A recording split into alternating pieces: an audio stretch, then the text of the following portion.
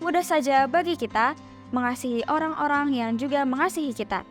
Tetapi, seringkali sulit bagi kita mengasihi orang yang menyakiti kita.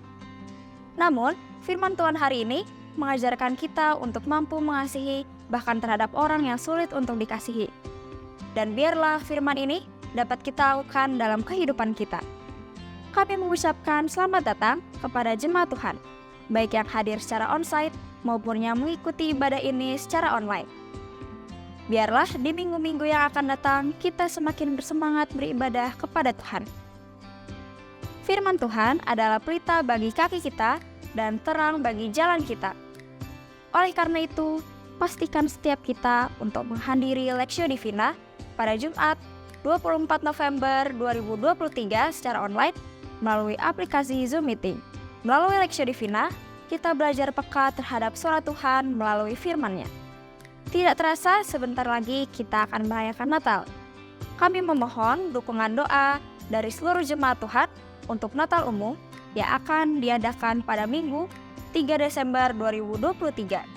Natal Image pada Sabtu 16 Desember 2023 dan Natal Star Kids pada Minggu 17 Desember 2023.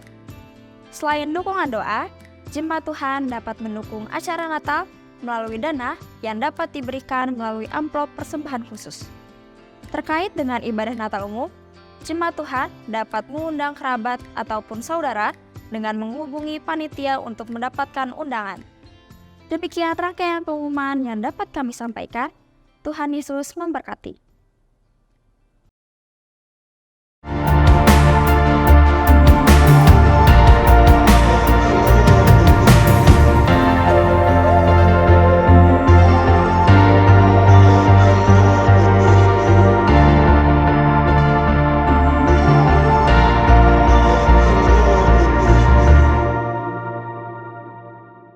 Shalom, selamat pagi jemaat yang dikasihi Tuhan.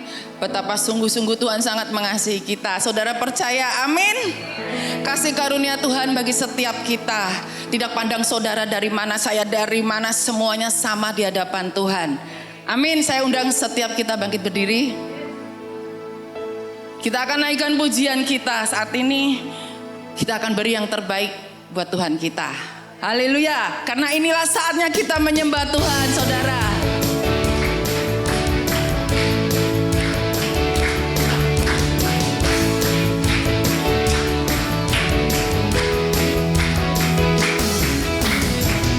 Tiba saatnya kami berkumpul bersatu dari setiap suku dan bangsa.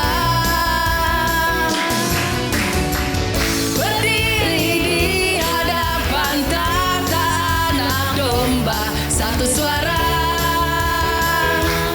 menyatakan keselamatan bagi Allah yang duduk dan bertahta. Kami naikkan pada anak domba pujian dan kekuatan, hormat dan kekuasaan, kemuliaan bagi Dia.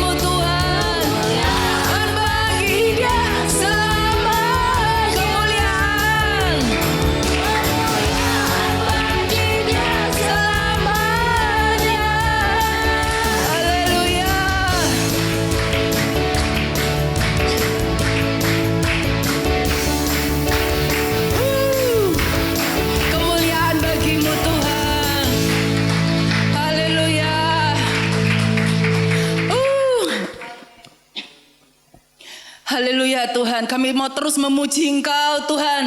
Sebab Engkau Tuhan Allah yang besar. Amin. Haleluya Yesus.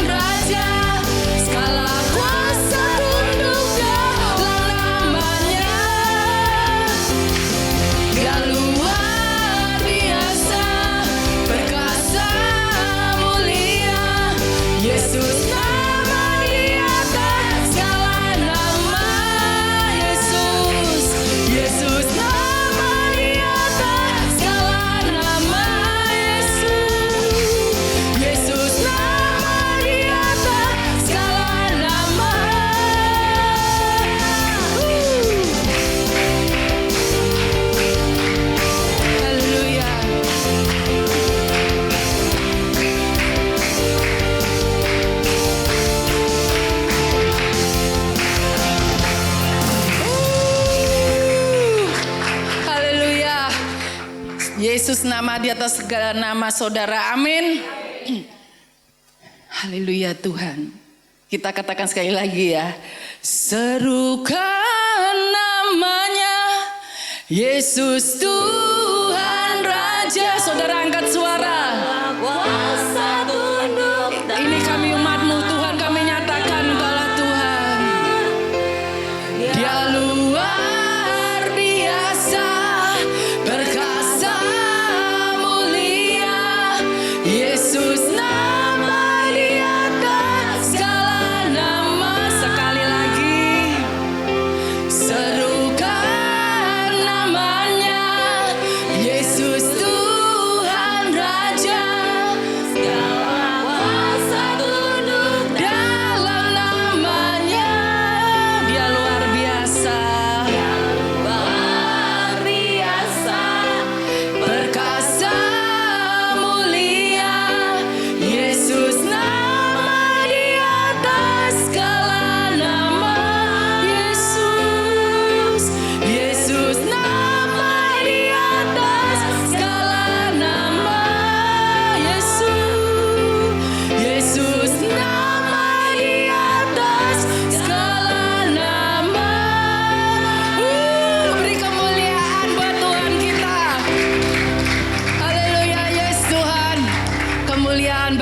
Tuhan, nama di atas segala nama. Silakan duduk saudara-saudara semua. Oh terima kasih Tuhan, sungguh semua hanya karena kasih karunia-Mu bagi kami Tuhan. Kami boleh memuji dan menyembah-Mu hari ini Tuhan. Haleluya, haleluya Tuhan. Kami mengucap syukur Tuhan. Engkaulah pemilik setiap kami Tuhan. Haleluya Yesus. Kami ada sampai hari ini hanya karena Engkau. Kami semua hanya karena anugerah-Mu.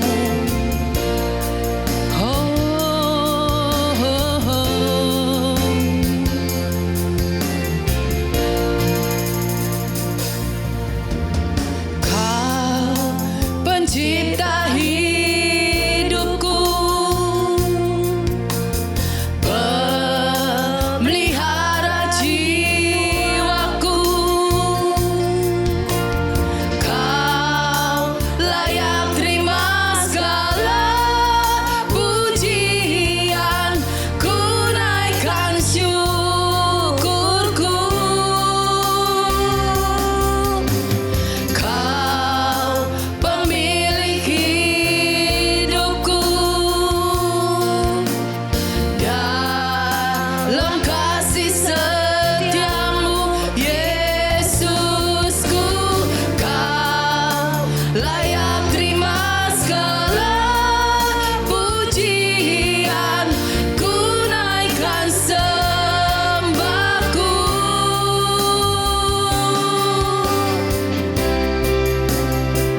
Segala pujian dan syukur bagi-Mu, Allah yang mulia, kuduslah nama-Mu. Kaulah yang awal, yang akhir dari segalanya. Yesus, Kaulah pujian bagiku. Saya undang setiap kita bangkit berdiri. Kita nyanyikan lagu ini dengan segenap hati kita. Kita nyatakan bahwa setiap kita adalah milik Tuhan. Kau pencipta hidupku, pemelihara jiwaku, Kau yang layak Tuhan. Kau layak terima segala pujian, ku naikkan syukurku. Kau pemilikku, Kau pemilik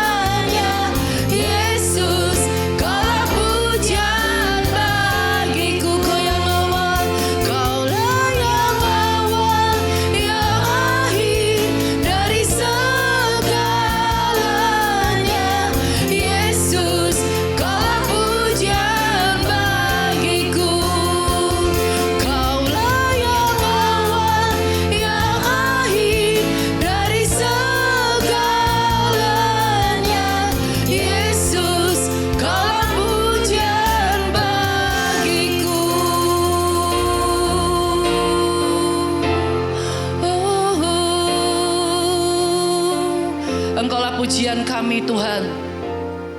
Engkaulah yang awal dan yang akhir. Kami mau terus menyembah-Mu Tuhan. Kami mau terus tersungkur di hadapan-Mu. Engkau yang ditinggikan di tengah-tengah umat-Mu Tuhan. Kami mengucap syukur.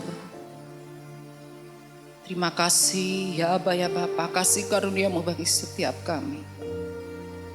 Terima kasih Tuhan.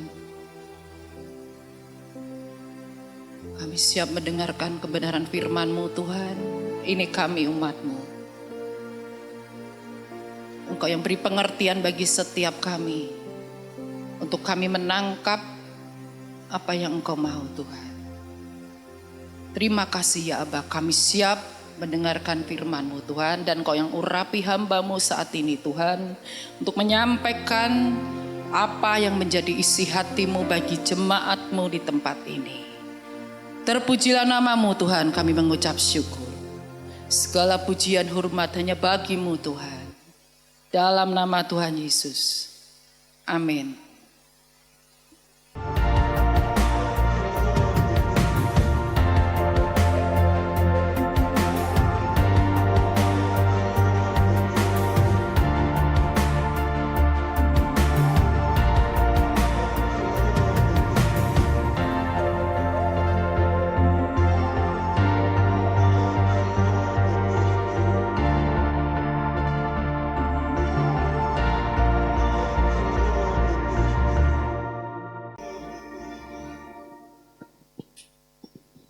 Shalom Bapak Ibu, saudara-saudaraku. Dalam Tuhan kita Yesus Kristus, sukacita melimpah, amin. Ya, mengasihi orang yang mengasihi kita itu sangat mudah. Mengasihi orang yang sulit dikasihi tentu membutuhkan karunia. Karunia yang diberi kepada kita adalah karunia yang sudah ada sejak kita percaya, amin. Roh Kudus itu mampu membangkitkan kita. Bagaimana kita hidup di dalam kasih tanpa ketakutan, mengalahkan kesulitan-kesulitan. Telah hadir hamba Tuhan secara khusus yang saya yakin Tuhan taruh pesan khusus kepadanya. Beliau adalah seorang hamba Tuhan yang sekarang sedang mengambil kuliah di STT Inti semester 7 saat ini ya. Kita sambut dengan sukacita Bapak Christophorus Ruus. Puji Tuhan, haleluya. Datang dari Subang. Tentu tidak jauh tetapi dekat, kita akan dengar firman Tuhan dari beliau. Silakan Pak. Shalom Bapak Ibu Jemaat. Merupakan anugerah Tuhan saya boleh hadir di tempat ini, berhadapan bertemu dengan Bapak Ibu semua. Ada ungkapan klasik yang mengatakan bahwa tak kenal maka tak disayang, katanya seperti itu. Dan seharusnya saya memperkenalkan diri, moga-moga saya disayang, seperti itu. Seperti sudah diperkenalkan Pak Royke, nama saya Christophorus, saya mahasiswa STT Inti, tepatnya semester 7. Pak Royke adalah dosen saya, dan kebetulan asal saya itu sama dengan Pak Royke, asalnya dari Manado. Puji Tuhan. Kalau boleh jujur Bapak Ibu Saudara, hari Minggu kemarin saya dapat WA dari Pak Royke, bahwa saya diberikan peluang kesempatan untuk berbicara di depan jemaat hari ini. Jujur saja ketika saya buka WA itu, saya kaget campur takut, Bapak Ibu. Kenapa? Karena di dalam pikiran saya pertama kali yang muncul melayani di tempat dosen saya. Dua pilihan yang muncul, terima atau tolak. Yang pertama saya berpikir mau tolak, tapi nggak punya alasan tepat mau tolaknya gimana. Kalaupun saya tolak, saya takut jadi mahasiswa durhaka terhadap Pak Royke seperti itu. Kalau saya terima, pergumulan buat saya Bapak Ibu. Karena saya berpikir begini, mampukah saya mengimbangi hamba-hamba Tuhan yang berdiri di depan sini? Karena saya sadar bahwa saya statusnya sebagai seorang mahasiswa. Tapi puji Tuhan Pak Royke katakan sebagai jam terbang. Oh siap Pak Royke, saya siap. Walaupun pergumulannya panjang, Pak Royke WA ke saya jam 8, saya balasnya jam 1 siang. Karena pergumulan itu, Bapak Ibu, pergumulan. Mau terima atau tidak ini yang seperti ini. Tapi saya pakai prinsip orang Manado. Oke gas, tabrak-tabrak masuklah seperti itu. Dan puji Tuhan saya boleh ada di tempat ini. Tema yang diberikan kepada kita semua adalah mengasihi orang yang sulit dikasihi. Loving difficult people.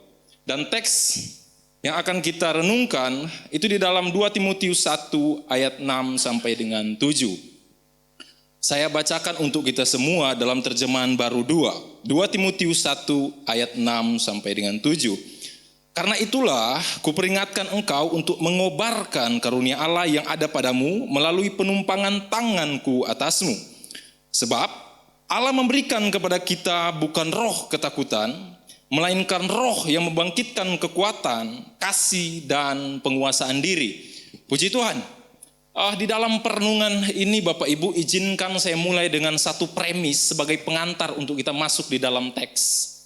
Premisnya adalah kesukaran merupakan realitas dalam pelayanan. Kesukaran merupakan realitas di dalam pelayanan. Premis ini semakin meneguhkan saya ketika saya ikut kelasnya Pak Royke hari Kamis kemarin. Pak Royke sempat singgung tentang Polikarpus dan Ignatius. Bagaimana seolah-olah dua tokoh ini mau katakan begini, di dalam panggilan atau di dalam melayani Tuhan, itu satu paket dengan kesukaran. Dan kesukaran mereka definisinya bukan tersinggung, bukan sakit hati, bukan. Kesukaran yang mereka maksud adalah mati martir. Sehingga saya dapat satu kesimpulan atau premis dasar sebagai pengantar ini. Kesukaran merupakan realitas di dalam pelayanan. Di dalam kacamata saya, orang yang ingin masuk di dalam pelayanan itu bukan orang-orang yang pengecut. Kenapa? Karena sudah tahu di sana ada kesukaran tapi tetap mau melayani Tuhan. Seorang yang bernama William Carey. Mungkin Bapak Ibu sudah pernah baca, pernah dengar, atau baca sekian buku yang menceritakan tentang William Carey. Bagi saya tokoh ini hebat Bapak Ibu. Kenapa? Karena seorang yang luar biasa menjadi patron bagi gerakan misi di hari ini. Seorang namanya itu diukir di dalam sejarah gereja sebagai bapak gerakan misi modern. Karena keberhasilan dia memberitakan Injil di India. Dan di dalam dia memberitakan Injil di India ada 4 asas yang dia tekankan. Dan 4 asas ini menjadi model bagi gereja hari ini ketika melakukan misi. Asas yang pertama, kalau melakukan misi harus menerjemahkan Alkitab ke dalam bahasa setempat. Sehingga orang-orang di situ bisa ngerti firman Tuhan. Asas yang kedua, kalau melakukan misi harus meneliti budaya setempat. Supaya apa? Supaya seorang hamba Tuhan bisa beradaptasi dengan baik ketika melakukan misi. Yang ketiga, kalau melakukan misi harus menginjil bukan hanya pada satu titik. Harus seluas-luasnya di dalam penginjilan. Dan yang keempat, harus membangun gereja asli mandiri. Dan kata William Carey, kalau boleh angkat hamba Tuhan dari jemaat lokal. Seperti itu. Dan 4 asas ini menjadi model bagi gereja kontemporer di dalam melakukan misi. Bagi saya orang ini orang hebat. Tapi pertanyaannya, apakah orang sehebat William Carey tidak pernah merasakan kesukaran di dalam pelayanan? Tunggu dulu, saya membaca sejarah hidupnya. Seorang William Carey lahir di sebuah desa di Inggris. Dari keluarga yang kurang mapan. Dia bertumbuh kembang dalam keluarga yang kurang mapan. Sampai dia jadi pendeta, Bapak Ibu Saudara. Dia masih bekerja sebagai tukang sepatu. Untuk memperlengkapi kehidupan dia. Memperlengkapi kehidupan keluarga dia dan anak-anaknya. Seorang pendeta, tapi masih mau kerja sebagai tukang sepatu. Pada satu kali, dia diutus oleh lembaga misi, Baptist Missionary Society, pergi ke India. Dia bawa istri dan anak-anaknya pergi ke sana. Bapak Ibu tahu, sesampai di India, dia mendapat suatu pukulan keras. Kenapa? Karena pemerintah setempat melarang pemberitaan Injil. Stres dia. Bagaimana caranya ini? Saya datang ke sini untuk memberitakan Injil, tiba-tiba ada pelarangan untuk memberitakan Injil. Dia putar otaknya, Bapak Ibu. Dia memutuskan untuk pergi ke satu pedalaman, bekerja di satu pabrik nila di sana. Dia antar anak dan istrinya pergi ke sana, Bapak Ibu. Saudara tahu, kesulitan yang begitu rupa menghimpit keluarga mereka di dalam pelayanan. Alhasil apa? Istrinya mengalami gangguan jiwa. Saya berpikir, ketika saya baca itu saya berpikir begini, Tuhan, dia melepaskan semua haknya dari asal daerahnya, dari Inggris, pergi ke India untuk layani Tuhan. Tetapi dari India seolah-olah dari Inggris pergi ke India hanya untuk lihat istrinya gangguan jiwa. Loh, hanya karena melayani loh itu Bapak Ibu. ketika istrinya mengalami gangguan jiwa, otomatis anak-anaknya yang masih kecil mengalami gangguan di dalam pertumbuhan kembangnya. William Carey harus mengalami yang seperti itu. Tetapi hebatnya dari orang ini, dia tidak pernah berhenti melayani. Tidak. Di dalam tantangan yang seperti itu, dia tidak pernah berpikir saya akan kembali ke Inggris. Oh sudahlah, pelayanannya model kayak gini mengecewakan. Apa-apaan melayani tapi istri saya gangguan jiwa. Tidak keluar yang seperti itu. Dia tetap melayani Tuhan, dia terjemahkan Alkitab dalam bahasa setempat. Dan dia berhasil dalam pelayanan di India. Ini jugalah yang ada di dalam kehidupan Timotius, Bapak Ibu. Bapak rohaninya Paulus melihat bahwa Timotius ketika sedang melayani di Efesus mengembalakan umatnya di sana. Timotius sedang mengalami yang namanya masa-masa sukar. Masa-masa yang tidak enak. Bahkan dalam kacamata Paulus, kesukaran yang sedang dialami oleh Timotius ini hampir membuat pelayanan di Efesus itu kandas. Hampir gagal pelayanan di sana. Setidaknya saya mencatat ada 2 kesukaran yang sedang dialami oleh Timotius. Kesukaran yang pertama adalah sukar masalah eksternal. Tentang eksternal. Bapak Ibu tahu, kota Efesus selain menjadi kota perdagangan, itu kota religi. Pusat penyembahan Dewi Artemis di sana. Dan para pengikut Dewi Artemis itu tidak suka dengan orang Kristen. Kalau Bapak Ibu bisa baca Kisah Para Rasul 19, ketika Injil diberitakan di Efesus, ketika Paulus memberitakan Injil di sana, terjadi huru-hara yang begitu besar di sana. Bapak Ibu boleh baca di situ. Ketika kekristenan masuk, terjadi huru-hara yang begitu besar. Sehingga kesimpulannya ternyata kekristenan di mata agama mayoritas pada waktu itu sensitif dan pengganggu. Belum lagi dalam kacamata politik, mereka itu ditekan oleh pemerintah. Kita tahu bersama, kekristenan pada masa itu dianggap sebagai gerakan subversif. Gerakan yang berusaha untuk menciderai pemerintah. Sehingga pemerintah membatasi gerakan ini. Yang paling ekstrimnya, menghilangkan gerakan ini. Saudara bisa bayangkan, Timotius melayani di dalam 2 tekanan yang seperti ini. Tekanan dari agama mayoritas dan tekanan dari pemerintah. Hari ini kita di Indonesia kita tidak mengalami tekanan dari pemerintah. Kita pun tidak mengalami tekanan dari agama mayoritas, hanya oknum-oknumnya saja. Toh ketika oknum-oknum itu bekerja, kita sering mengatakan, kok bangsa ini tidak adil ya? Hanya yang seperti itu. Coba kita bayangkan situasi dari Timotius.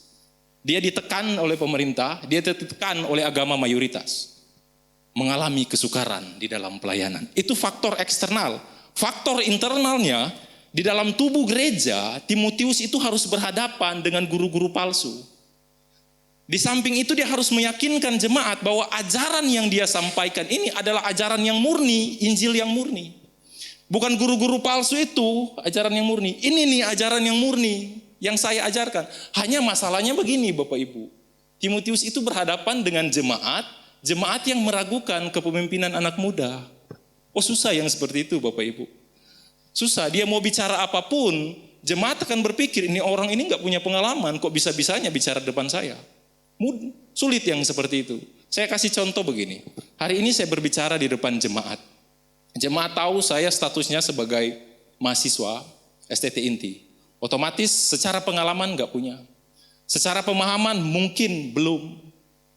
Mungkin terbesit di dalam pikiran Bapak Ibu, mental block itu ada. Kalau mental block itu sudah terbentuk, saya mau bicara apapun saat ini nggak akan masuk. Nah itulah yang sedang dialami Timotius. Dia mau bicara apapun di depan jemaat.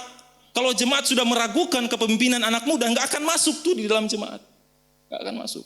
Nah tantangan-tantangan semua ini itu mengintimidasi Timotius. Menekan Timotius sedemikian rupa, sehingga pelayanan di sana itu hampir kandas. Bahkan tekanan itu berdampak jelas kepada sakit Timotius. Saudara pernah baca kan Timotius itu sakit?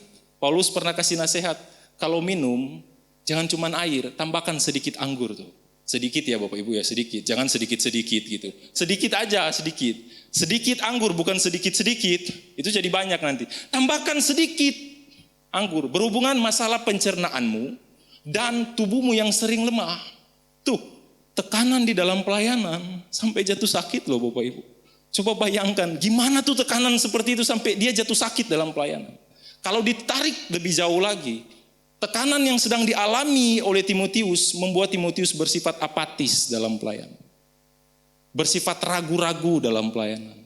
Mulai dingin dalam pelayanan. Tanggung jawab yang dia emban, mulai dia lupakan itu. Karena ada tekanan. Nah, di dalam situasi yang seperti ini, kemudian Paulus menasihati Timotius, memang betul kamu sedang diintimidasi. Memang betul kamu sedang ditekan, tapi Timotius, kobarkan karunia Allah yang ada padamu.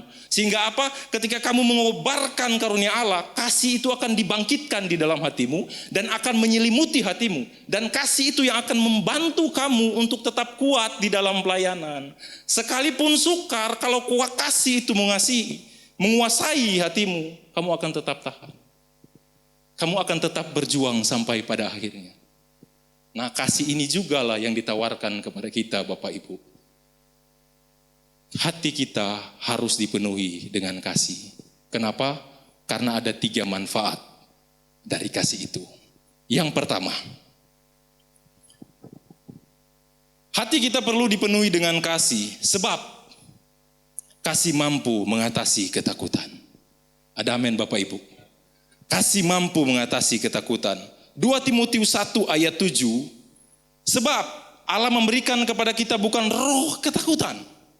1 Yohanes 4 ayat 18 dikatakan seperti ini, di dalam kasih tidak ada ketakutan, kasih yang sempurna melenyapkan ketakutan.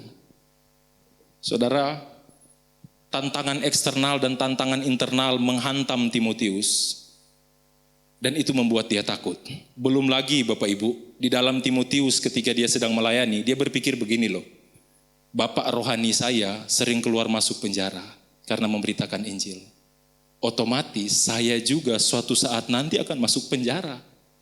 Nasibnya akan sama. Tinggal menunggu waktu kapan. Saudara, melayani dengan pemikiran yang seperti itu enggak enak loh. Melayani dengan pemikiran bayang-bayang akan dipenjara, akan disiksa, enggak enak loh. Hari ini Bapak Ibu ketika melayani mikir tagihan, mikir cicilan, mikir utang, enak nggak? Nggak enak, nggak enak. Bisa muncul perasaan takut tuh yang seperti itu. Muncul perasaan takut. Apalagi Timotius, masih muda lagi, belum punya pengalaman di dalam mengembalakan. Dia diperhadapkan dengan tantangan yang seperti itu. Takut, tapi Paulus tetap katakan, kobarkan itu.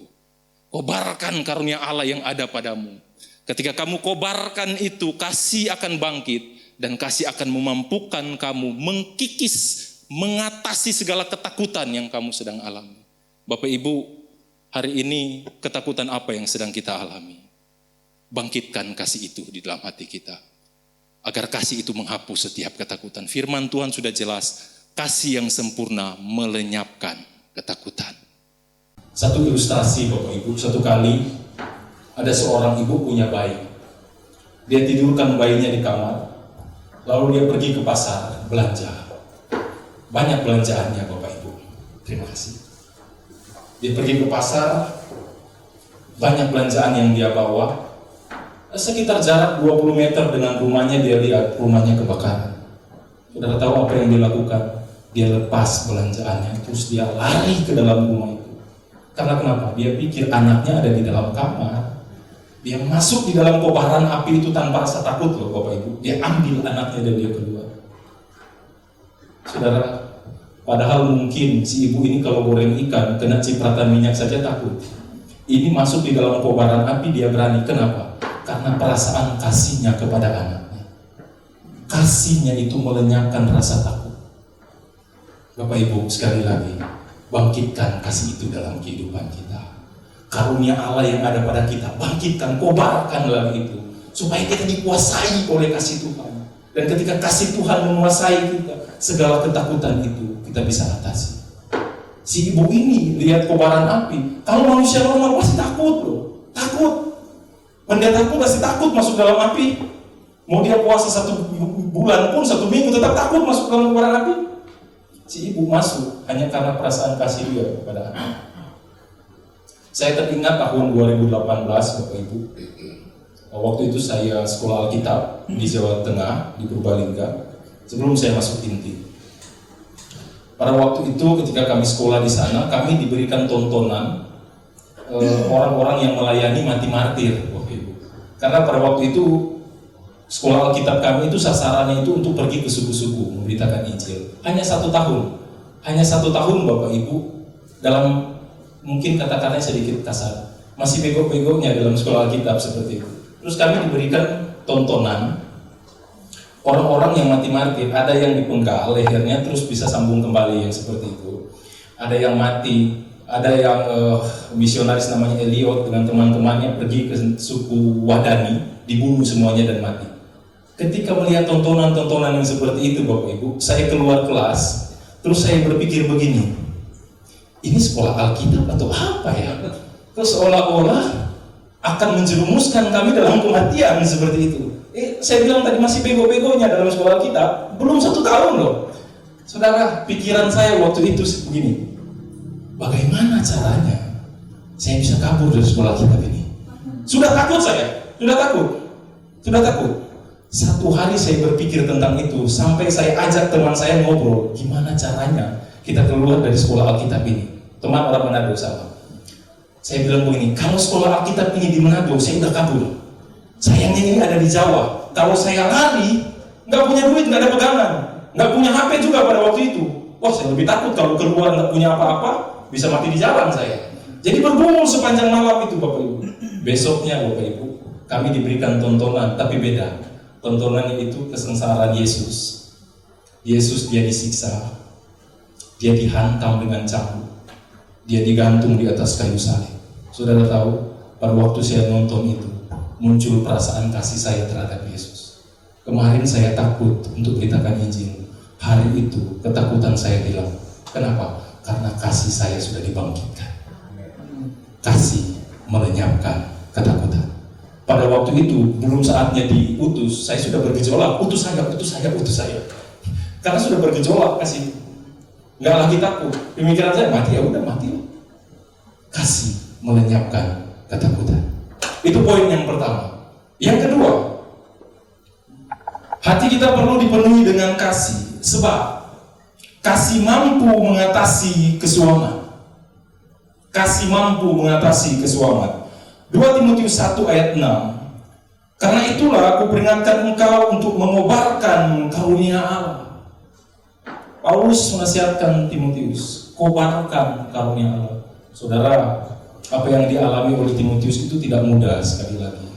Tantangan yang dialami itu sekali lagi saya mau bilang, bukan hanya karena ketersinggungan di dalam jemaat, enggak, itu kecil. Yang dia alami itu masalah besar. Dan itu membuat dia suam. Kesuaman itu berbicara begini, hilangnya gairah untuk melayani, itu kesuaman. Hilangnya gairah untuk melayani. Biasanya kesuaman itu muncul akibat ada masalah yang sebenarnya remeh-temeh, tapi itu secara intens, secara konstan, terus-menerus menghantam hidup kita, akhirnya kita suam. Timotius mengalami hal itu, dan Paulus nasihatkan, tetap kobarkan karunia Allah yang ada padamu Timotius. Bapak Ibu, jangan kita ambil contoh besar di luar, contoh kecil saja di dalam berjemaat. Seringkali kita tanpa sadar suam akibat hal ini. Misalnya, minggu ini Bapak Ibu datang ke gereja dan hanya melihat kesalahan orang, oke? Minggu depan datang ke gereja, lihat juga kesalahan orang, oke? Minggu depannya lagi datang ke gereja, lihat juga kesalahan orang. 1 bulan Bapak Ibu lakukan itu, percaya, Bapak Ibu akan mengalami kesuaman. Kenapa? Kecewa. Wah, ke gereja nggak guna. Pelayan-pelayan di gereja kayak gitu mengalami yang namanya kesuaman. Padahal itu hal remeh-temeh. Cuma karena secara konstan terus-menerus menghantam kita mengalami yang namanya kesuaman. Tetapi Paulus katakan, kesuaman itu bisa dikikis ketika kita mengobarkan karunia Allah yang ada pada kita. Poin yang ketiga, hati kita perlu dipenuhi dengan kasih, sebab kasih mampu mengatasi keputusasaan. Kasih mampu mengatasi keputusasaan. 2 Timotius 1 ayat 7. Sebab Allah memberikan kepada kita bukan roh ketakutan, melainkan roh yang membangkitkan kekuatan. Kasih mampu mengatasi keputusasaan. Bapak Ibu, sekali lagi, apa yang dialami Timotius tidak mudah. Itu membuat dia putus asa. Pelayanan pengembalaan di kota Efesus hampir kandas. Kenapa? karena ada suatu masalah yang bertubi-tubi menghantam Timotius. Bapak Ibu, hari ini kalau ada masalah yang bertubi-tubi hantam hidup kita, pasti kita putus asa. Putus asa, kita akan berpikir, Tuhan ada di mana? Kok bisa ada masalah yang bertubi-tubi datang dalam kehidupan saya? Dan itu bisa membuat kita putus asa. Dan di dalam keputusasaan kita bisa mogok loh, nggak mau ngapa-ngapain, nggak mau bekerja, pokoknya nggak mau ngapa-ngapain. Kehilangan semangat hidup, kehilangan semua itu, karena kita putus asa. Kalau ada di antara kita yang sedang putus asa, ayo bangkitkan lagi, kobarkan lagi karunia Allah, biar kasih meliputi kehidupan kita. Tahun kemarin, tahun 2022, saya sharing dengan teman saya, Bapak Ibu. Kami ini sama-sama alumni COVID 2021. Kalau ada yang sama-sama alumni kita, itu ada di tempat ini yang sama-sama alumni 2021, ada? Oh, berarti kita sama sederajat lah Bapak Ibu. Saya dengan teman saya ini sama-sama alumni COVID 2021, sharing dengan dia sudah berkeluarga. Terus saya bilang ke dia begini, waktu saya kena COVID, lumayan parah saya. Kenapa? Karena dada saya itu cukup sesak. Tulang-tulang saya itu ngilu, demam, kepala saya itu kayak ditekan gitu, sakitnya minta ampun. Tetapi saya bilang ke dia, tetapi pada waktu itu, anehnya saya tidak putus asa. Saya tidak berpikir sebentar lagi saya akan mati. Enggak ada pikiran yang seperti itu dalam benak saya. Pemikiran saya pada waktu itu, ke depan bahkan. Saya masih bisa berpikir ke depan, saya akan lulus dari inti, lanjut pendidikan lagi, menikah, tinggal di sini dan sebagainya. Tidak ada keputusasaan dalam pemikiran saya. Lalu teman saya menyangka begini, wah kita beda Chris. Oh kenapa? Dia tanya. Waktu saya kena COVID, saya terjebak di dalam keputusasaan. Kenapa? Saya di isoman, di satu ruangan di rumah sakit, dan saya tidak melihat keluarga saya di sana. Saya putus asa. Berhari-hari saya di situ dan diintimidasi dengan perasaan takut. Dia bilang begini, saya lihat berita makin banyak korban dari COVID.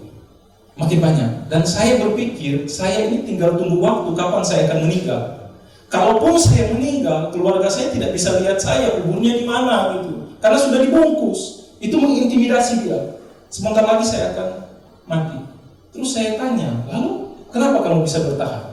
Lalu dia jawab begini, titik tolak saya begini, Chris. Waktu saya ada di titik terendah, tiba-tiba saya teringat tentang anak saya dan istri saya. Saya sangat mengasihi anak saya, guys. Saya sangat mengasihi istri saya. Saya cinta dengan mereka.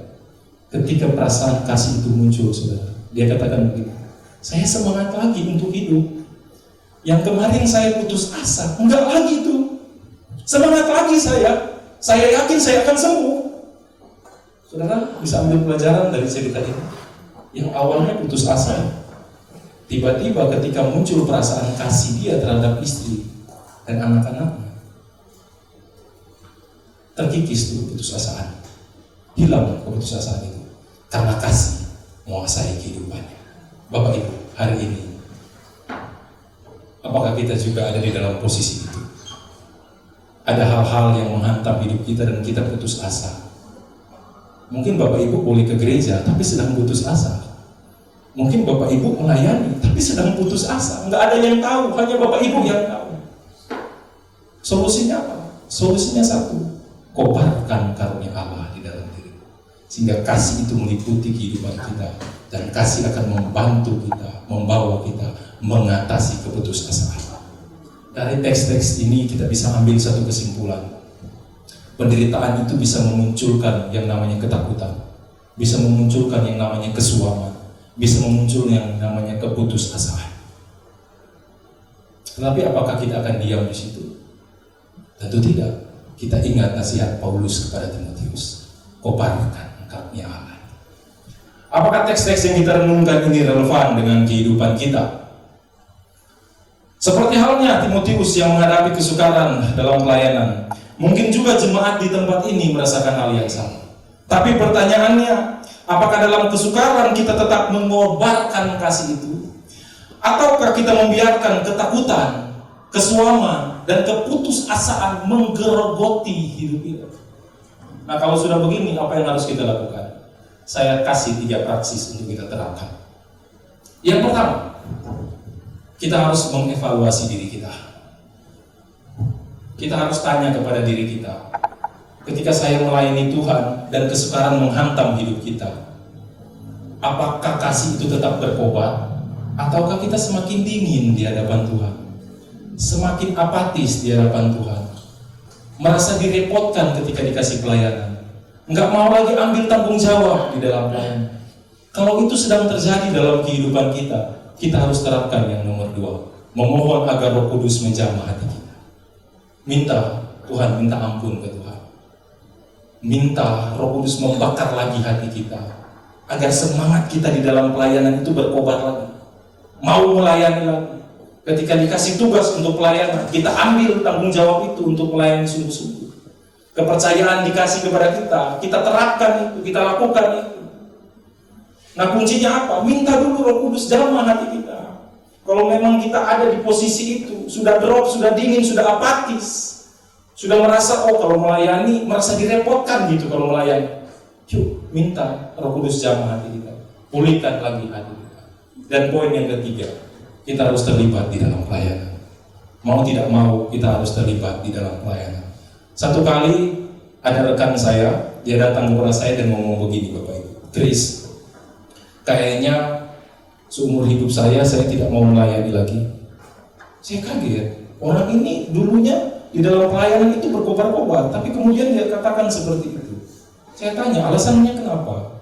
Lalu dia bilang begini, orang-orang gereja munafik. Maaf ya Bapak Ibu, ini ungkapannya. Orang-orang gereja munafik. Kenapa? Di dalam pelayanan kelihatannya suci, tapi turun dari mimbar, tabiat aslinya kelihatan. Saya kecewa, orang ini kecewa. Saya terdiam sekitar mungkin 10-15 detik karena saya bingung mau tanggapi seperti apa. Lalu saya bilang begini, iya ya, memang realitanya seperti itu di dalam gereja. Tetapi pada akhirnya kemurnian kekristenan kita itu akan diuji di dalam pelayanan. Kita murni nggak sebagai orang Kristen? Cara ujinya apa? Terlibat dalam pelayanan. Kenapa? Karena di dalam pelayanan kita akan menemukan gesekan demi gesekan. Nah, ketika terjadi gesekan, yang muncul perasaan kasih atau perasaan mau lari. Nah, kita bisa definisikan sendiri yang seperti itu. Cara uji kita ini sebagai orang Kristen yang murni di dalam pelayanan. Apakah terjadi yang namanya gesekan dan perasaan kasih itu muncul, ataukah yang sebaliknya, perasaan lari yang akan muncul? Ingat loh, di dalam pelayanan itu adanya keberagaman pendapat di sana. Keberagaman pendapat bisa memicu konflik loh. Di dalam pelayanan ada keberagaman etnis di sana, suku-suku yang berbeda, itu bisa memicu konflik loh, perbedaan. Tetapi mampukah kita ketika di dalam keberagaman di tengah jemaat, kita kobarkan karunia Allah itu, kita terapkan kasih Allah? Itu pertanyaan buat kita, mampukah kita lakukan itu? Seorang yang bernama F.F. Bruce, teolog, dia katakan begini, keberagaman itu adalah tanda karya tangan Tuhan. Jadi memang Tuhan itu menciptakan keberagaman. Tinggal bagaimana di dalam keberagaman kita bisa bekerja sama untuk mencapai kebaikan bersama. Kan itu yang diterapkan di dalam jemaat. Di dalam keberagaman ini, mampukah kita bekerja sama di dalam kasih Tuhan itu untuk mencapai kebaikan bersama? Pastinya hari ini Bapak Ibu sedang mempersiapkan Natal, kan, kegiatan Natal, dan di situ ada keberagaman loh Bapak Ibu, hati-hati loh. Ada perbedaan pendapat loh di situ, dan itu bisa memicu konflik loh. Nah, pertanyaannya, kalau perbedaan pendapat itu muncul, apakah kasih kita akan muncul atau perasaan benci dan sebagainya? Kiranya Bapak Ibu bisa diberkati dengan firman Tuhan hari ini. Tunduk kepala kita berdoa. Bapa di surga, terima kasih untuk firman-Mu. Kami boleh belajar banyak dari nasihat Paulus kepada Timotius. Di dalam kesukaran yang dialami oleh Timotius, Timotius diajak untuk tetap mengobarkan karunia Allah, sehingga kasih dibangkitkan, dan kasih itu akan menguasai hati Timotius, sehingga dia bisa bertahan, bisa berjuang di dalam pelayanannya sampai pada akhirnya. Begitupun dengan kami jemaat-Mu ya Bapa, mampukan kami untuk terus bertahan di dalam pelayanan yang Kau percayakan kepada kami. Mampukan kami untuk mengobarkan karunia Allah yang ada pada kami, sehingga kasih itu menyeliputi kehidupan kami dan kami bisa terapkan di dalam kejemaatan. Terpuji nama-Mu Allah, biarlah Roh Kudus yang menjamah, membangkitkan, membakar kembali hati kami ini, sehingga kasih Tuhan benar-benar bergelora dalam hidup kami. Terpuji nama-Mu Allah, di dalam nama Yesus kami berdoa. Amin.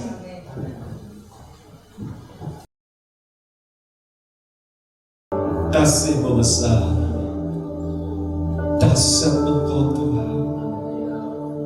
Kau melakukan perbuatan-perbuatan yang dahsyat seorang diri. Kau akan terus melakukan itu bagi kami. Terima kasih Tuhan untuk ibadah kami pagi hari ini bagi Tuhan.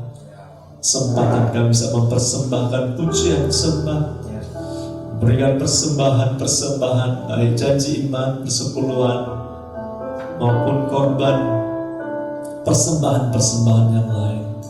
Mohon berkat-Mu atas umat-Mu Tuhan.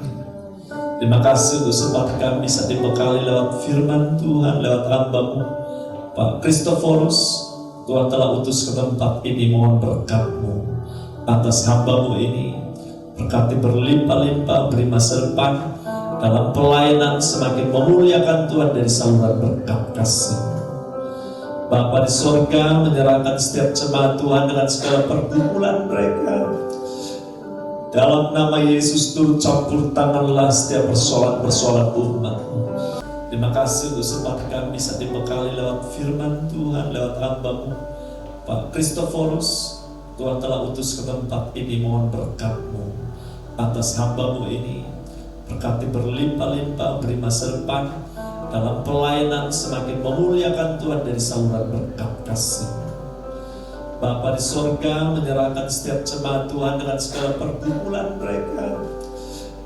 Dalam nama Yesus, turut campur tanganlah setiap persoalan-persoalan umat-Mu.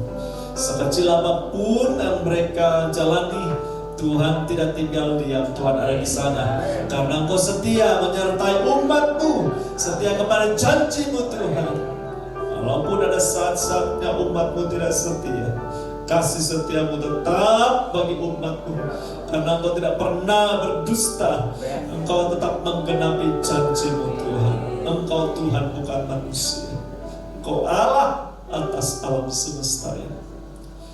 Terima kasih Tuhan, Engkau alasan untuk kami tidak takut menghadapi masa depan, menghadapi hidup ini. Bersama dengan Tuhan kami akan melakukan perkara-perkara yang besar. Sebabnya jemaat Tuhan, lihat Tuhan besar. Kiranya Allah, Dia Tuhan mengasihani kita. Kiranya Dia memberi berkat. Dan kiranya wajahnya dihadapkan kepada kita dan berkata, aku mengasihi engkau dengan kasih yang kekal. Itu sebabnya kita akan pulang dengan membawa berkat. Kiranya kasih karunia dari Allah Bapa, cinta kasih dari Tuhan kita Yesus Kristus, persekutuan pertolongan penghiburan yang sejati dari Roh Kudus yang kita imani sebagai bagian dari janji Allah yang digenapi dalam hidup kita, selama-lamanya menyertai kita dari saat ini sampai Maranatha Tuhan datang kembali. Hendaklah Kau tetap mengasihi, tetap beriman dan tetap berharap. Berkat ini ada untuk selama-lamanya nanti. Di dalam nama Tuhan Yesus Kristus, dengan iman kita terima berkat Tuhan ini tanpa takut lagi. Di dalam nama Yesus sama-sama kita katakan amin. Tuhan memberkati.